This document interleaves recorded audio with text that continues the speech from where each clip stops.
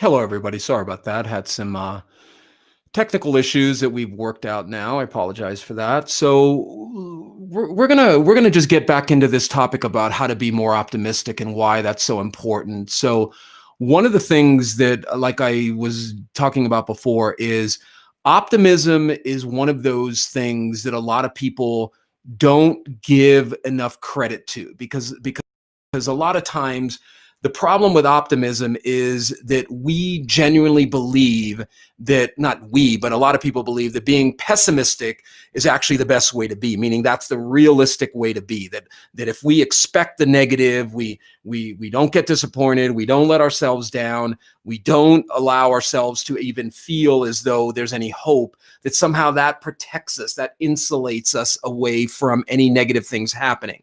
So again, if you're watching this live or if you're happy to catch this after I post it, please make a comment. Please interact with these videos. Please leave comments. Please subscribe to our YouTube channel and change your notifications to know when we go live. So the point of these broadcasts is to normalize conversations about mental health and mental illness. Why is that so important? We live in a culture where people don't like to talk about what's on their mind. We live in a culture where talking about what's on your mind is looked at as there's something wrong with you, as though there's something that you should be ashamed of. So what I find a lot in my field, and again, my name is Dr. Stephen Walker. I'm a licensed clinical psychologist. I've been in the field for 20 years now. And what I'm finding is people aren't working on their conditioned beliefs enough. People aren't interacting with themselves, and they're not talking about how they're feeling to the point where they're repressing all their emotions, they're repressing all their thoughts, and they're not dealing with it from a position of, hey, let me talk about what's on my mind. A lot of times people who struggle with being pessimistic are struggling with being pessimistic because they're not actually questioning what is going through their mind. They're not actually dealing with how they're feeling. And you hear me saying that a lot on these live streams. We need to deal with how we feel. Why is that important? Because if we're not dealing with what's on our mind is dealing with us. So it's a situation where if you don't manage what you're thinking and feeling about, or thinking and feeling, then you're going to have situations occur where thoughts and emotions are just running rampant on in your mind, and you're not actually going to be dealing with anything relating to how you're thinking and feeling. So optimism is a perfect example of that. Optimism is one of those things where you have to start looking at what you're thinking and feeling in order to deal with it. Amelia is logging on. Hi, Amelia. Amelia is saying, this is me. I have trouble talking about my feelings. Well, Amelia, why? Why do you have trouble talking about your feelings? What is going on within you that is causing you to repress your feelings? What I would imagine would be that, hey, Angie, how are you? What I would imagine is that you learned somewhere along the way that how you think and feel isn't legitimate, or you don't have the right to talk about. I don't know, Amelia, what you had, what your family of origin was, or what, was happening when you were a young child. But talking about how we feel is the most important part of how we heal. So Amelia is saying, I feel like no one will listen to me. Well, Amelia, that's I'm sorry to hear that.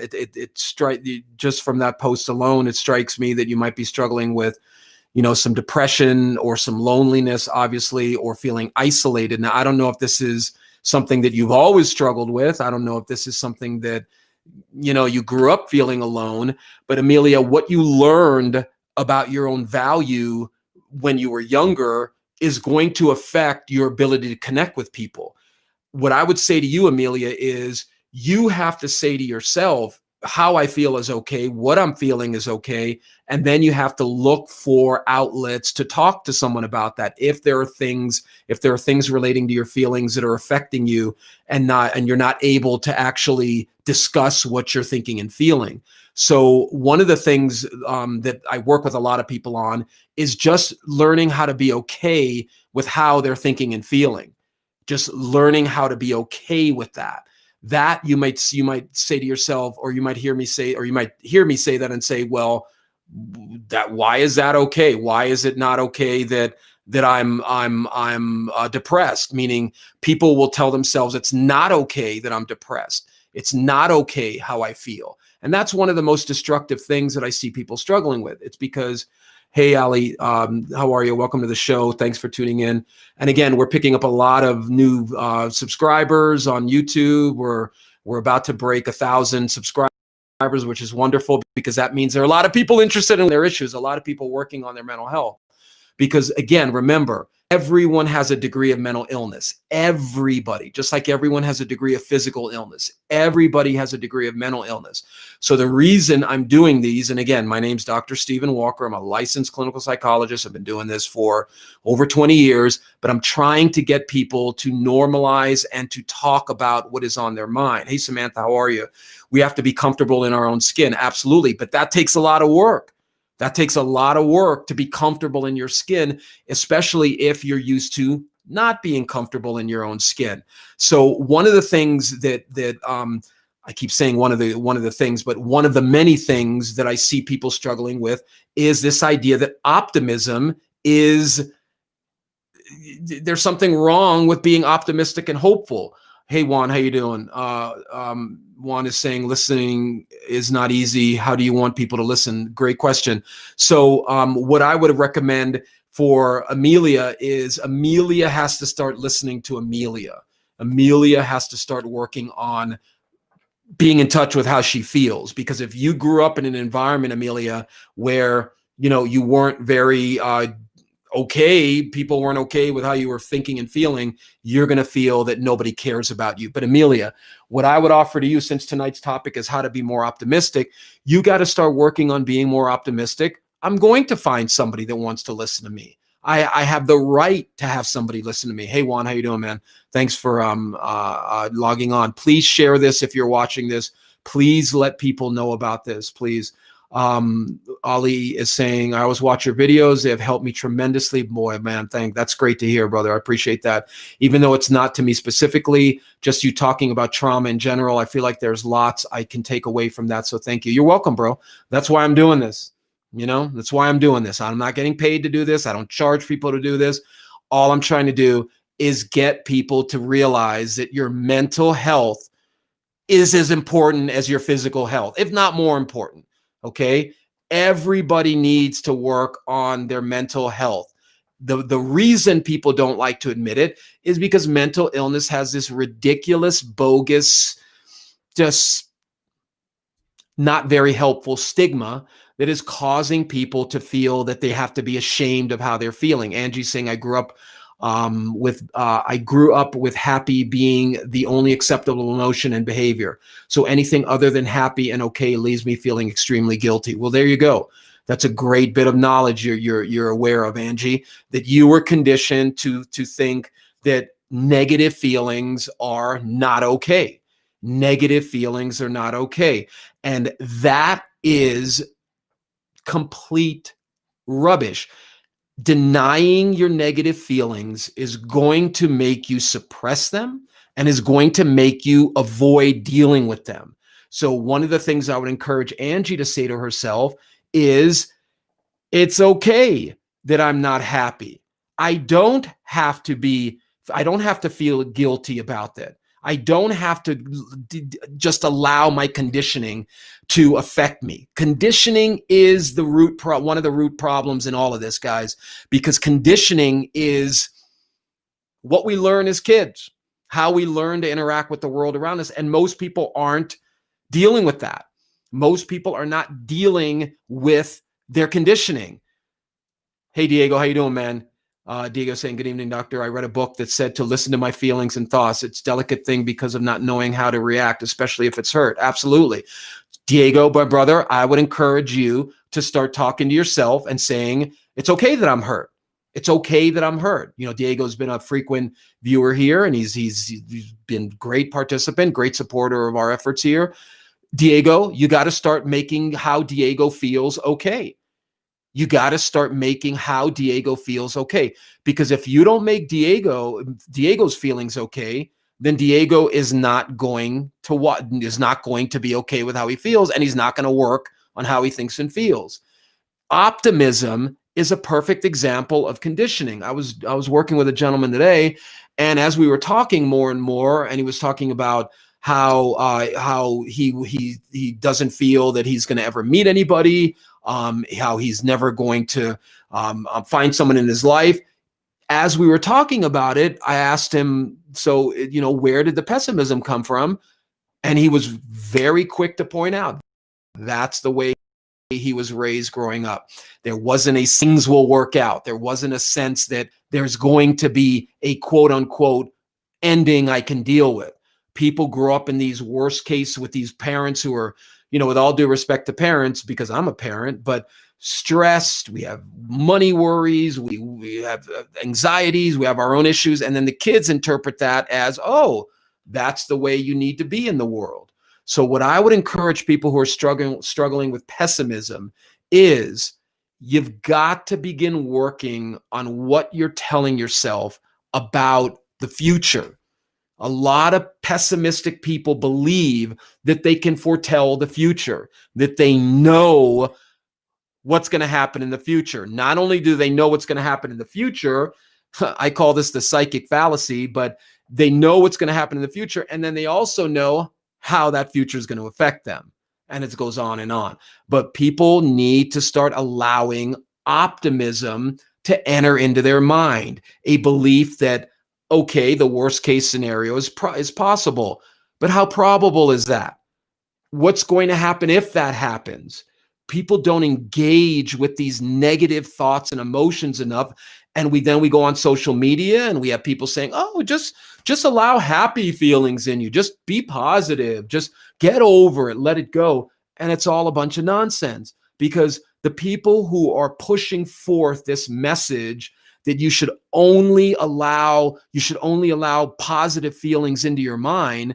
Whenever I hear somebody saying that, I immediately begin to question, like, well, wait a minute, why is that the way you want to think? Meaning, why is it not okay for you to be in a bad mood? Why is it not okay for you to feel what you're feeling? And it always reverts back to what we learned as kids, what we learned. See, that's one of the main issues too. People don't like admitting that their past is still affecting them. I call it the let it go culture, get over it culture. Oh, I don't want to admit to myself that how my past is affecting me. I was having a conversation with somebody in my own family, and it quickly reverted back to I should understand how this person's past is still affecting them, but they don't want me to be affected by my own past to the degree that our relationship is affected by that. So how does that work? How is I'm supposed to allow someone to feel it's okay that your past is still affecting you, but they're not going to give me that same credit? And that's what we have time and time again. People do not like to admit, yep, I still have trauma from my past. I still have issues. I still have problems that I haven't dealt with, because that's a sign of weakness. And this perfectionistic culture where we're not allowed to feel what we're feeling is one of the main reasons, it's one of the main things that's affecting people's ability to be happy and to allow themselves to feel what they're feeling. So let's get back to the topic tonight, which is optimism. One of the main, so Samantha's saying we all feel sad, mad, etc. on occasion doesn't mean we are bad, wrong, unbelievable, doubting Thomas. Exactly. That is exactly what it doesn't mean. Hey, Rasmus, how you doing, man? Good to see you. So one of the things I would encourage people who are feeling depressed or who are feeling that they're down is to question why they think that way. Rasmus and I have exchanged some emails. We had a little chat the other day.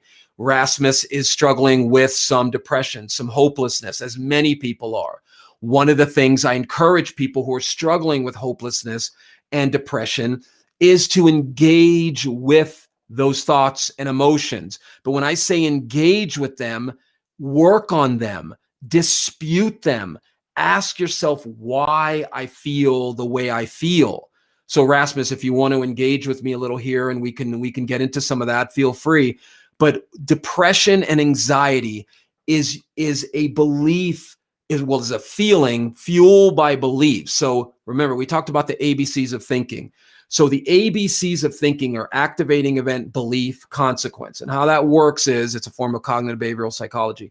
How that works is something activates us, we impose a belief upon that activating event, and those beliefs have consequences in the form of feelings. Rasmus was on a few weeks ago and was talking about being depressed and not and finding that he feels very hopeless. What I encourage anybody that is struggling with any type of depression is to start allowing the possibility that the majority of how you feel is being affected by what you went through as a kid, by what you struggle with, how your parents dealt with you, how they treated you, what they said to you. Now, granted, this isn't a quick fix, because most people who have struggled with very negative forms of thinking, pessimism, I'm never going to get better, the world is never going to get, I'm always going to be down, I'm never going to feel better, is those belief systems have ingrained themselves into their thinking to a large degree, and they feel like that's just the way it is. That's just the way it is. There's no hope. And how I feel is never going to change. And what working with somebody like me does, it gives you time to talk about how you're feeling. Plus, it gives you time to process how you're feeling from the vantage point of giving you a different narrative that you can insert in there. So let's take, hypothetically speaking, somebody was treated poorly by one of their parents. They were told many things that were negative. They were put in a position where they were just put upon and put upon. They are going to feel through a sustained period of time that is who they are, that is how it is, that is what the universe is about. But the reality of it, guys, is that conditioning is the culprit. Conditioning is I don't want to say the enemy, but conditioning is the part of us that not enough people are questioning. Okay. Again, using racism as an example of conditioning. There are no racist babies, people. Okay. There are no racist babies. No child is born hating somebody because they're Jew, Gentile, black, white, Republican, Democrat, whatever it may be. All of that is taught to us.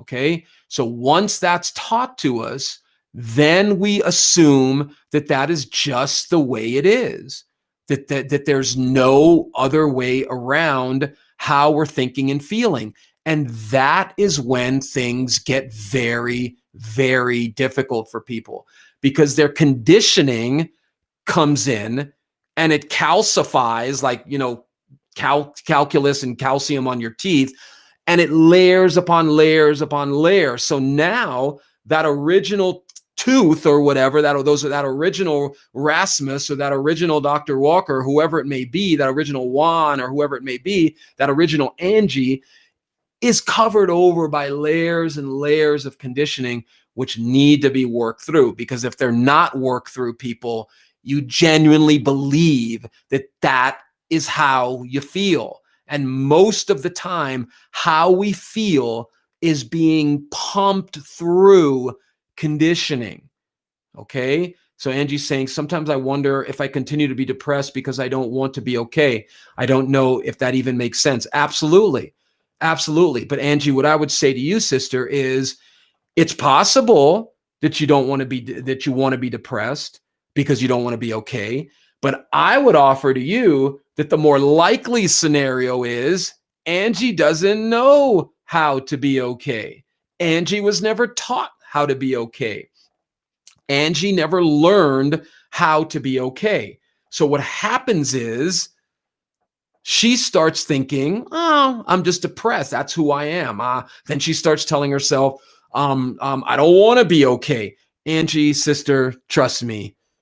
You want to be okay. You want to heal. This is why you keep coming back to these live streams. This is why you and I exchange some texts. This is why we talk, because there's a part of you that is constantly wanting to heal. That is our nature, to heal, to try to heal. That is what's ingrained in us.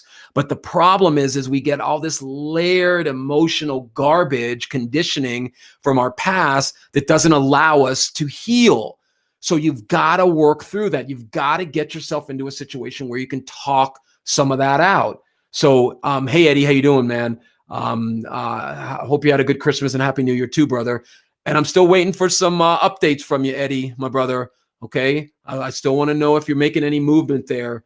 So let me know. I hope so, because, time's a ticking, and the longer it goes without being dealt with, the longer it's going to, the person who needs to be talked to is going to feel like, well, I guess dad doesn't care. So you got to deal with that, bro. You got to deal with that. I know it ain't easy. Ali is saying, Doctor, I have a question that is slightly off topic. No problem, Ali. The reason for these live streams is I start with a topic, but then I need the engagement. I don't want to be just another talking head on the internet. Okay.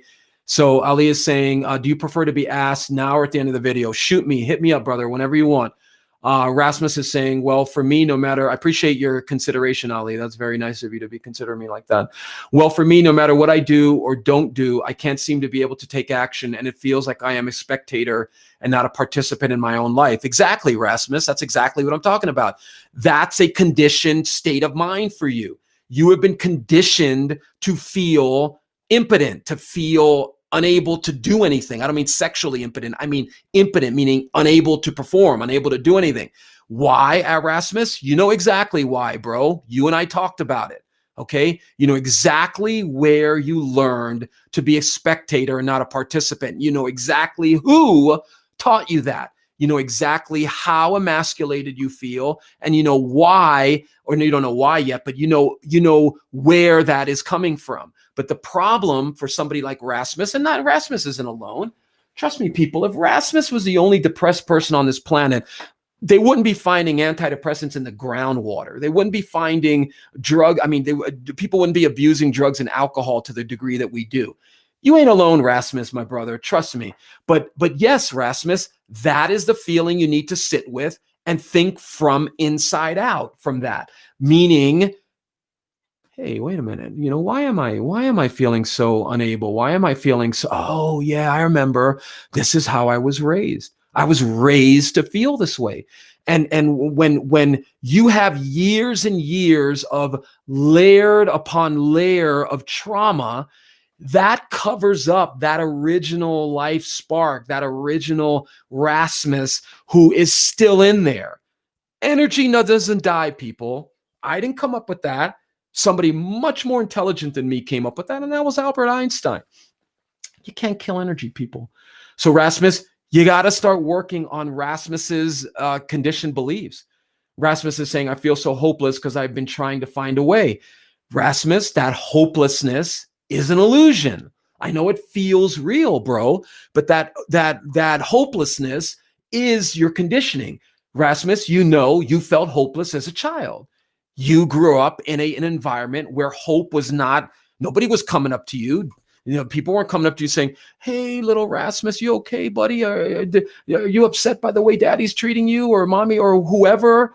Nobody came up to you. So Rasmus collapses into that all negative place, and he starts believing there's no hope. Guys, hopelessness is a byproduct of a faulty belief system that you know the future. Meaning, hopelessness is the idea that you will never feel better, that there will never be a brighter day. There will never be any hope. Unless you're psychic,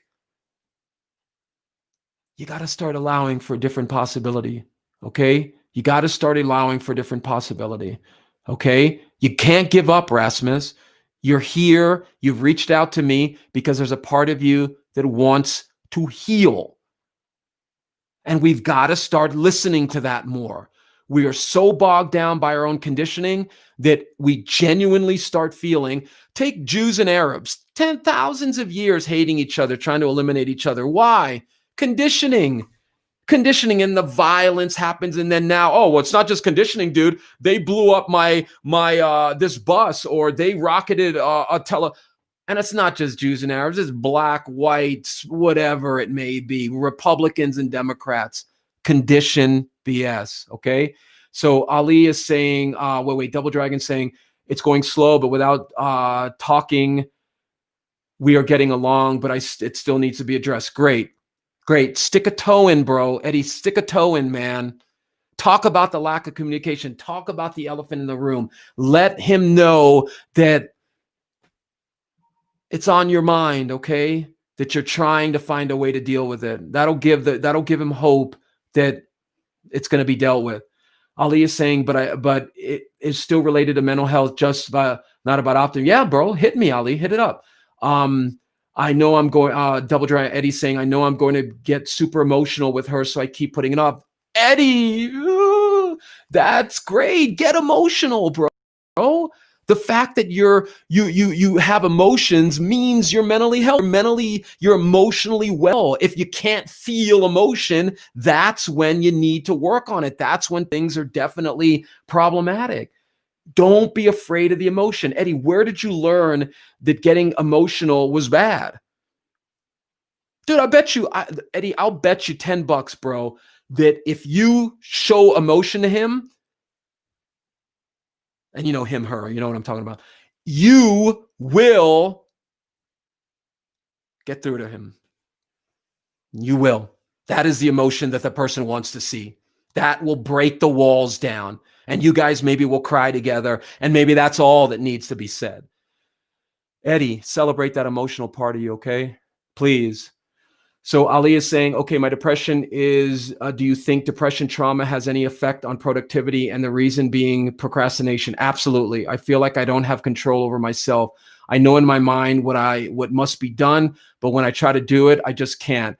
I don't know if procrastination is its own thing or if it's possibly related to my depression. It's both, bro. So Ali, yes, you're dead on. You're absolutely on, brother. Absolutely, depression and trauma will affect productivity because what I'm guessing, and I could be wrong, tell me if I'm wrong, but procrastination is usually related to a fear of failure. So I don't know if Ali got too much pressure put on him as a kid. You know, I have a lot of Middle Eastern friends, a lot of Persian friends. I have one of my best friends is from Iran. I have friends from all over the world. So I know that culture. That's a very difficult culture to be a male or a female in. So Ali, I don't know. Did you have too much pressure put on you as a kid? Is that what's going on? Is that what's happening? That Ali feels that unless he can be perfect, unless he can be, be whoever, that he's a disappointment to his parents, to his family. Okay, so I'm sorry, my one. It's not Iran. Rasmus knows why I made that mistake. It's from one of my best friends is from Morocco, and we have many conversations about culture and religion and all that.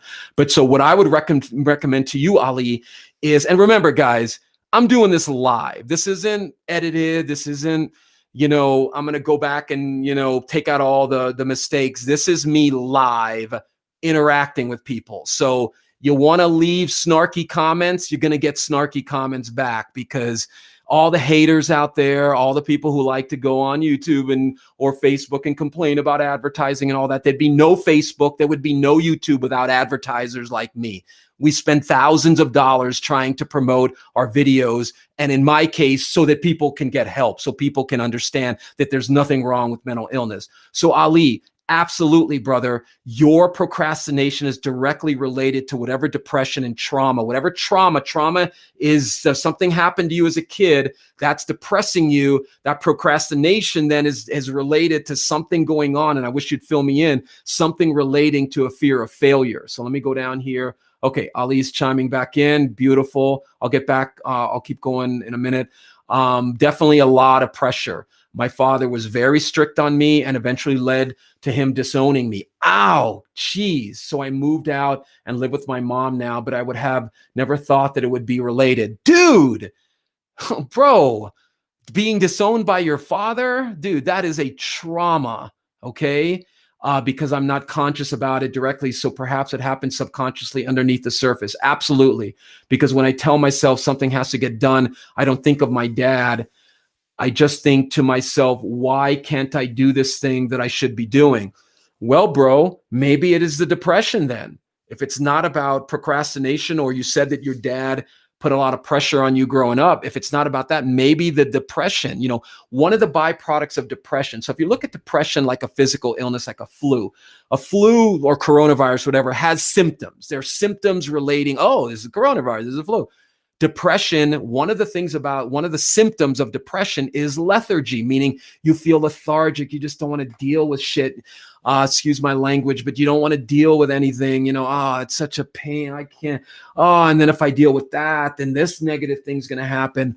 Depression will fuel a lot of just, I don't want to deal with it, man. I don't want to, it's better that I just, that's a symptom of depression. And Ali, my brother, okay, if your father disowned you and you still love your dad, meaning that you're still want to be, undisowned, so to speak, then yes, my brother, yes, it is still affecting you. You have to admit that to yourself, and you have to start working on those feelings of depression.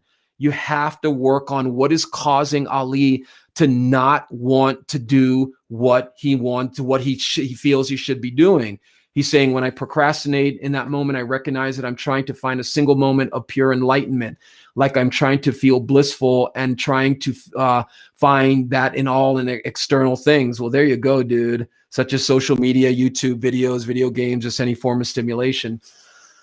Bro, let me tell you something about seeking pure enlightenment, my brother.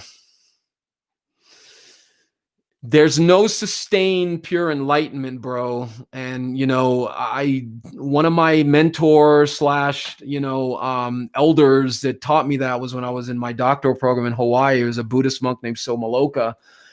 Listen, guys, this quest for perfection, whether it's pure enlightenment, you may have glimpses of that, Ali, but that's like a wave, my brother. Being able to sustain enlightenment, that pure enlightenment, takes a blank load of work, a lot of work.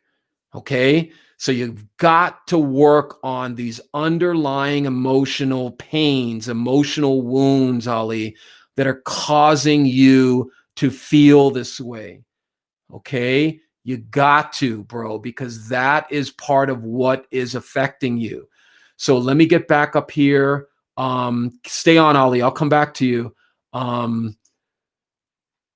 Yeah, Juan is saying, Ali, I want to know too about procrastination. That's a great question. Great. Let me just go back up here. Okay, so Diego's saying, my mother and I talk about our past. I see the point where she can't handle the talk and she reverts to saying, just forget it, move on, let it go. I understand her lack of knowledge to handle it, so I'm empathetic towards her. Great, Diego, but you got to be empathetic towards you, bro. You're talking about a military background. You're talking about a law enforcement background. You're talking about witnessing a lot of trauma. Diego needs to continue working on his relationship with Diego. Okay, Diego's got to start saying to himself, look, if my mom can't talk about the past, then I got to accept that. I know what happened. I know what happened to me, and I got to work on that. You got to start talking things out. Okay, people, this goes for you too, Ali. You got to, I don't know what country you're in, but you got to find a way to work on some of those emotional pains by talking it out. Reading is good. Listening to, try to find licensed mental health people to work with if you're looking for resources, because there's so much misinformation and disinformation out there by people who feel, well, I was depressed and now I'm not, so now I know how to help people. It's like, oh, I had a toothache and I cured it myself, so now I know how to do root canals. So, Diego, you got to work on some of that, okay? You got to work on this. Samantha's saying, Eddie, you got this. Yeah, you do, Eddie. I know what you're saying when you say him. Thank you, brother. You're welcome, Eddie. But, Eddie, that emotion you're afraid of, bro, is the healing. That is what's going to heal your relationship with your daughter, son. So that is what that person needs to hear. He needs to see you emotional. That will break the walls down, and then you guys can start talking. Eddie, give yourself some credit after this tonight. Look in the mirror, say to yourself, good, I'm glad I heard that. Yes, my emotional side, my fragile side, my feminine side That's a good side to have. That is a healthy part of us. Being the one of these guys that doesn't show emotion and represses everything and it only comes out in anger.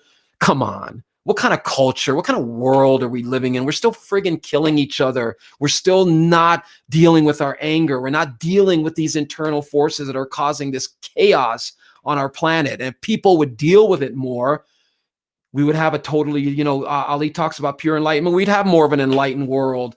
We'd have an enlightened world where people are, oh, this individual may be struggling with something. So let me have some empathy. Let me see if they're okay. But anyway, that's a whole nother topic.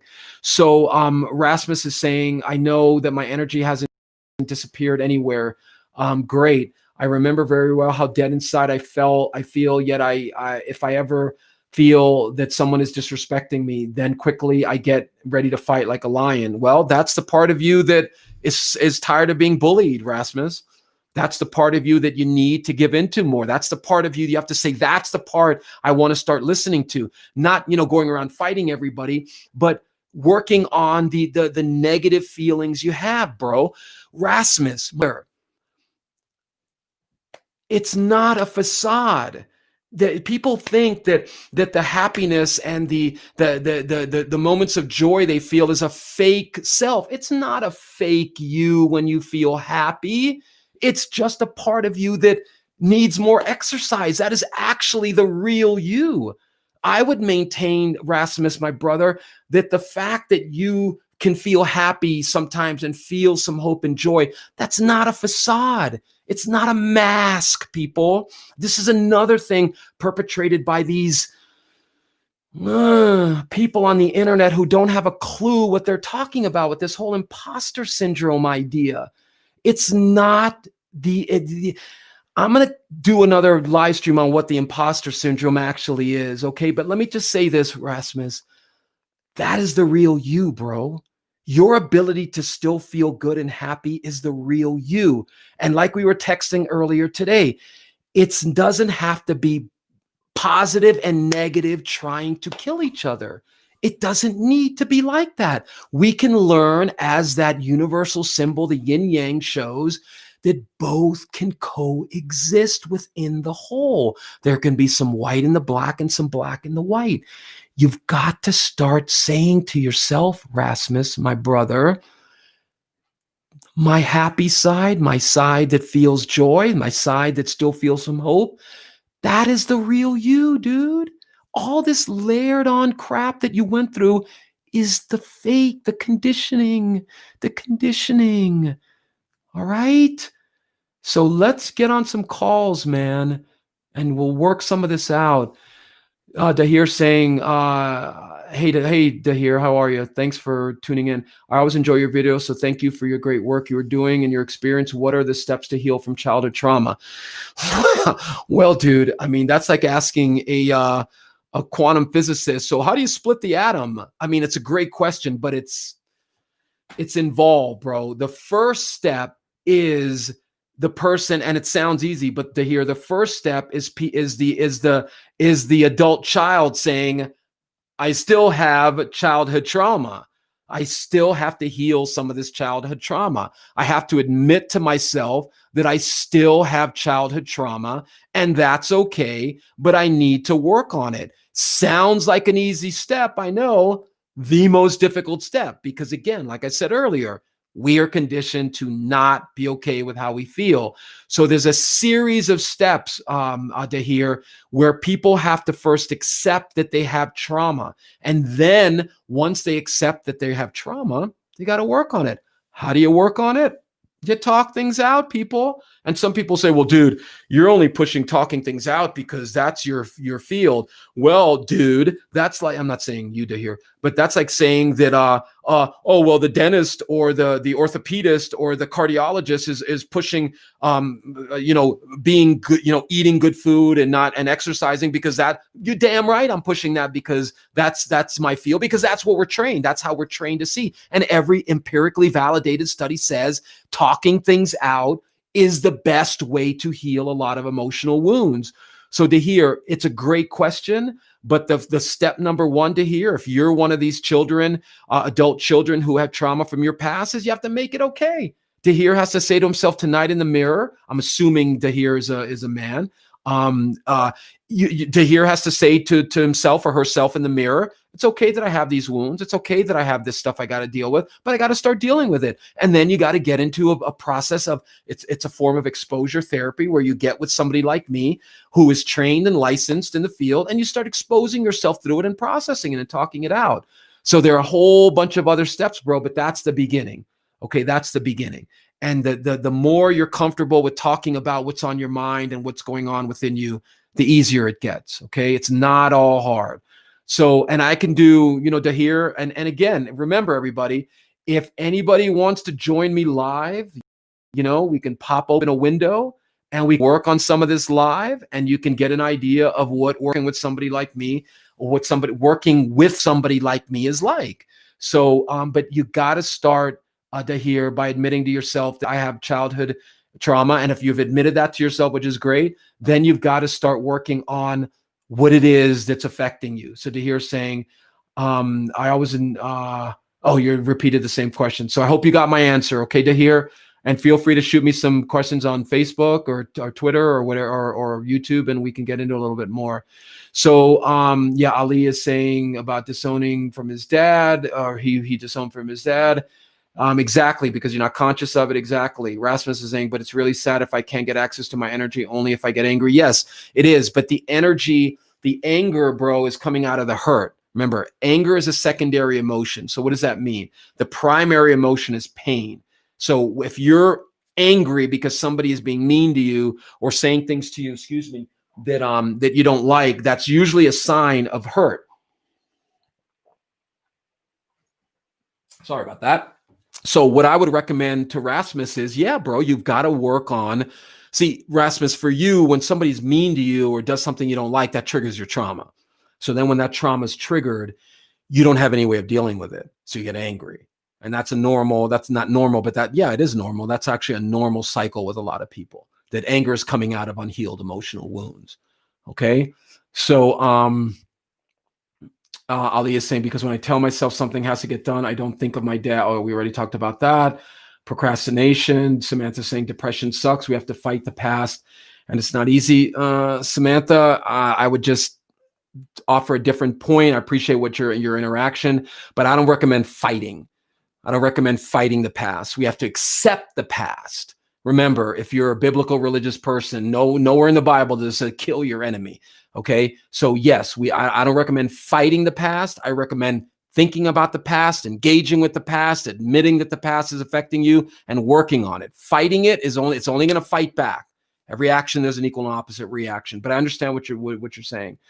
So Dahir is saying, unfortunately, couldn't catch your live streams due to time differences as I live in London. It's 4/4. Damn, dude, you're up either early or late, but always watch your video because they're insightful. Well, I answered your question, Dahir, so feel free to check it out. I had a little snafu. I'm going to delete the first video because I didn't have my mic plugged in, but there you go. That's for live. That's what you get when you live stream. So Rasmus is saying, I've never said that I can never feel happy or smiling is a facade. Great. What I said is that smiling while feeling angry inside is fake. However, if I stand up to a bully, I'll feel happy and that's real. Okay. All right. So I hear what you're saying, but smiling when you're angry may be your coping mechanism. I don't know. Maybe when Rasmus was angry as a kid, he had to smile because he got the crap kicked out of him if he didn't pretend he was happy. It's not a fake. It's a way you're dealing with your conditioning and your emotional wounds from your past. Rasmus, you keep telling yourself a fake. You keep telling yourself you're a fake, or whatever form of you're telling yourself is only going to trigger you to feel worse, because the more Rasmus is at odds with Rasmus, the worse he's going to feel. So you've got to start working on that pain, bro. And it's not easy in the beginning, but it gets easier. But you've got to start working and letting that out and reworking how you relate to yourself. Okay. None of this is easy. None of this, guys. This takes work. This takes effort. This takes a commitment to the process. None of this is easy. Okay. But what I can tell you is it gets easier and easier and easier. Okay. So again, our topic tonight was how to be more optimistic. One of the things I would say to Rasmus, my brother, is Rasmus has to start being more optimistic about the fact that it's possible he can heal, that it's possible he can feel better. It's possible that a lot of this trauma that he's been going through his whole life can heal. Okay. Ali is saying, Dr. Stephen, you know how you said that talking about your feelings will help you get through them. The problem is that I don't feel like I can talk to anyone. Well, Ali, I'm not saying you talk to your friends. I'm not saying you talk to your mom, your dad, whoever it may be. I'm saying you find somebody who is professional to talk to them about how you're feeling. Go in there with an agenda. This is what I want to work on. This is what I want to deal with. Okay? Because what I'm saying to you, my brother, is that there are a lot of people who don't deal with how they're feeling, meaning they think there's nobody out there to talk to. There are absolutely people out there to talk to. I don't know what country you're in, Ali. I don't know if you're in this country or another country, but most people like me are doing this online. If you can't find someone in your country, find someone else. Work out a payment method with them, and you can be talking to somebody like that. And unfortunately, we live in an economic-based culture where people need to pay their bills. So see what amount they can help you by working with them. But Ali, there are definitely people who are there to talk to. I have a bunch of friends tell me that I can always talk to them. Great. But I don't want to bother anyone. I feel like I'm bringing my negative energy to them. I even tried therapy before and it went very bad. Well, I'm sorry to hear that, Ali. What do you mean by bad, dude? Like, fill me in on, I tried 3 different therapists. One of them spent 3 or more sessions trying to debate with me. Oh, Jesus, on religion, excuse my French. And that really made me uncomfortable. The other 2 therapists didn't help me very much. I live in the United States. Okay, well, I'm sorry about that, dude. I'm sorry that you've got therapists coming in with an agenda debating about religion. I don't know if they were pro-religion or anti-religion or whatever, or if they were Jewish or Muslim or whatever. And I don't know what's going on with people, bro. Keep looking, Ali. Keep looking, okay? One of the things I recommend with people who are looking for a new counselor, therapist, psychologist, whatever it may be, interview them. Hey, are you going to have problems with me being a gay, straight, bi, Muslim, Jewish, Catholic? Do you have an issue? Okay, you don't? Good. Check. This is what I'd like to work with. I'd like to work with, and if I were you, Ali, I would go in there with kind of what you want to work on, what you want to focus in on. Talk to them about what you're trying to work on. That will help you find the right fit. And I know when you say about talking to your friends, yeah, I don't really recommend that a lot, people, because a lot of friends can't handle that. And then you worry, are they going to judge you? Or are they going to change the way they look at you? You got to find, I mean, Ali, it's really the same thing. Like if you had like I said, a toothache or a head, you had, constant pains in your head, or you had something else that was affecting you negatively, you'd look for a professional. You got to keep looking. Don't give up. Don't give up. There are plenty of people out there that if you can work out a rate, I don't know if you have health insurance or whatever in this country, but try to find them, but go in there with an agenda. Sit down and figure out what you want to work on and go in there with that idea. So Angie's saying, you often talk about sitting with the pain. I don't really like sitting with pain. I know it hurts and I want the pain to stop. I'm trying to work on that and tell myself it's okay, that if I don't like it, it's okay. I want it to stop. I just can't do it for very long without being overwhelmed. Well, then do it in short little things, Angie. But when you're feeling the pain, tell yourself it's okay that I'm feeling this, and then try to look at some of the sources of what is causing you to be in pain. If it feels like you're overwhelmed, again, let me know. Angie and I have hopped on a few calls. We can try to get on something a little bit more, but the exposure to the pain has to be done very carefully. Okay, Angie, because you don't want to get flooded. And we've talked about that. Flooding is when you get overwhelmed by the pain. You get overwhelmed and then you feel like you're literally like you're flooded. But keep trying to slowly expose yourself to the pain, Angie, slowly, vary in increments. But as you're, what am I feel as you're feeling the pain? What am I feeling? What is this pain showing me? Pain is an indicator of work that needs to be done. Try to get into what that pain is causing you to feel and remember. Okay, Rasmus is saying it's a coping mechanism, but I'd like myself to show my feelings instead of trying to put a happy face without being happy. If I'm angry, I want my body language to show it. Same for all my feelings. Right. But Rasmus, you got to work on that anger. Remember, anger is a secondary emotion, bro. I was just talking to Angie.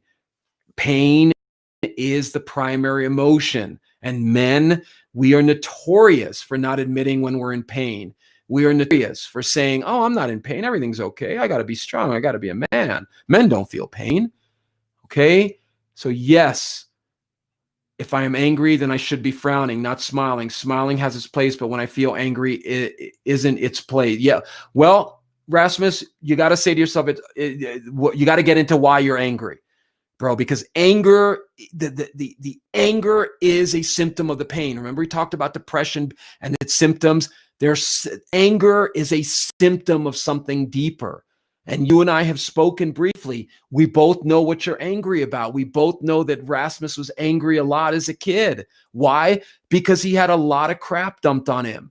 And you've got to start looking at that anger with some compassion, some self-compassion. You don't want to get angry about being angry. That's negative, double negative, okay? You got to say it's okay that I'm angry, and you got to work on where that anger is coming out of, okay? So Diego's saying, that's what happened to me, Doc. That's why I disappeared for a while. I was overwhelmed. And Diego, it's okay that you're overwhelmed. You're back. You're allowed to, you're allowed. What we don't want are spikes up and down, people. We want rolling waves. That's a very natural way. Diego, you're back. Tell yourself it's okay that I'm overwhelmed. Look back on it. Why was I so overwhelmed? What was overwhelming me? What was going on within me that I was feeling so overwhelmed? Not to make the fact that you were overwhelmed okay and work on it, bro. We've exchanged some text messages. Keep looking for the provider. Keep working on what was overwhelming you. Get into that in your mind to the degree that you can deal with it, and then deal with it. And again, if anybody would like to come on and work on this live, shoot me a message. Here is my website.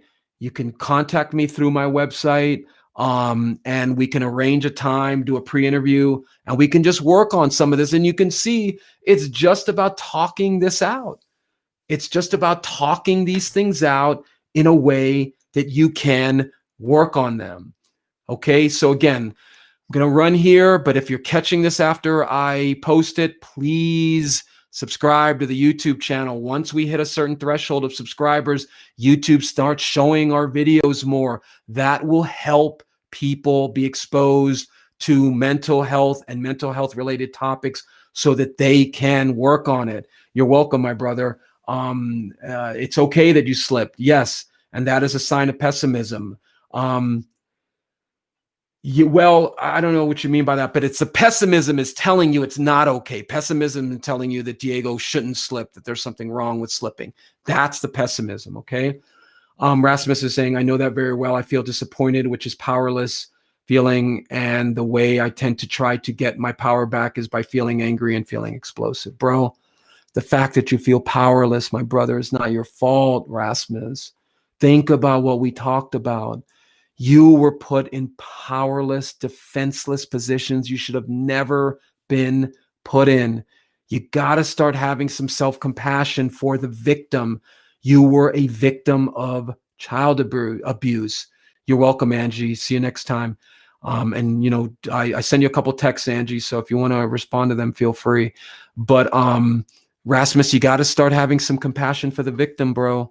That angry little kid who wasn't getting his needs met, who was constantly being compared to other people. It's not very good parenting, dude. So it's not your fault that you're struggling with this, okay? So I'll be back on again Wednesday night, 9 p.m. Mountain. won't be on Fridays. It's the first. And so I'm going to skip that day, but then I'll be back on the next week. So I'll be on again Wednesday night. Please, again, anybody wants to come on and work on some of this, feel free, shoot me a text. If you're catching this after I post it, please make some comments. Please subscribe if you're on YouTube, and post and change your notifications so that you can know when we go live. So again, you're welcome, Ali. Thank you. I'll see you guys again on Wednesday night, but please, in the process, specific to those of you who are feeling hopeless, the hopelessness is a symptom of the depression, guys. Okay? This hopelessness is a symptom of depression. You're welcome, Rasmus. And I sent you some private messages on Skype. So let's coordinate another call. But the hopelessness is a sign of depression. Okay? You got to work on the depression. You got to work on the trauma. And I think it was Ali or somebody earlier said about childhood trauma. Exactly. Oh, that's right. Yeah, I should do a show on childhood trauma. The problem with just doing one broadcast on childhood trauma is that is such an involved topic, guys. There's no easy answer to this. This is a topic. This is a process of working through the pain. And there's nothing wrong with that. So we're all on our pain. So just to close up here, we all have pain. So just to close up here about being more optimistic. Optimism is just as real as pessimism. You've got to allow for both to exist. You've got to allow for the possibility that the opposite of what you're thinking and feeling can exist. You've got to allow for the possibility that things can work out. You've got to allow for the possibility that you can heal it by working on it. Okay, guys, good to see everybody. Thank you for all your participation. See you Wednesday night at 9 o'clock. I'll come up with a topic. If somebody has a topic they want to shoot me, please feel free. And again, thank you for all your participation. I'm here to interact and engage with you guys. I'm not here just to post a video and, oh, I'm Mr. Whatever. Please continue to watch and submit questions. All right, guys, have a great night.